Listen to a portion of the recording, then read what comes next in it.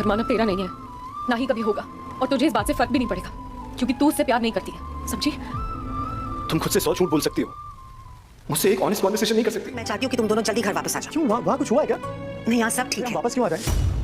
पहले आप चाहती थी कि हम हनीमून पर आए, फिर गीतांजलि चाहती थी कि हम इसी रिसोर्ट में रुकें, वो चाहती थी कि हम मंदिर जाएं, और आप कह रही हो कि वापस आ जाएं। आने वाले एपिसोड होने वाले जबरदस्त, सनसनीखेज, दिलचस्प। जी हाँ दोस्तों, आने वाले एपिसोड में आप देखेंगे कि अबीरा खुद से बातें कर रही होती है और कह रही होती है, अबीरा अरमान तेरा नहीं हो सकता और होना भी नहीं चाहिए क्योंकि तू उससे प्यार नहीं करती है, तो ये नहीं करती है, तो वो नहीं करती है। और पीछे अरमान खड़ा हुआ इसकी सारी बातें सुन लेता है। अरमान कहता है, तू खुद से तो झूठ बोल सकती है लेकिन मुझसे 2 मिनट बैठकर तसल्ली से बात नहीं कर सकती, ये सब कुछ तुम झूठ बोल रही हो। और दूसरी तरफ ये दिखाया जाता है कि विद्या फ़ोन करती है अरमान को, कहती है अरमान वापस आ जाओ, वहाँ मौसम ठीक नहीं है, तुम्हें सर्दी लग जाएगी।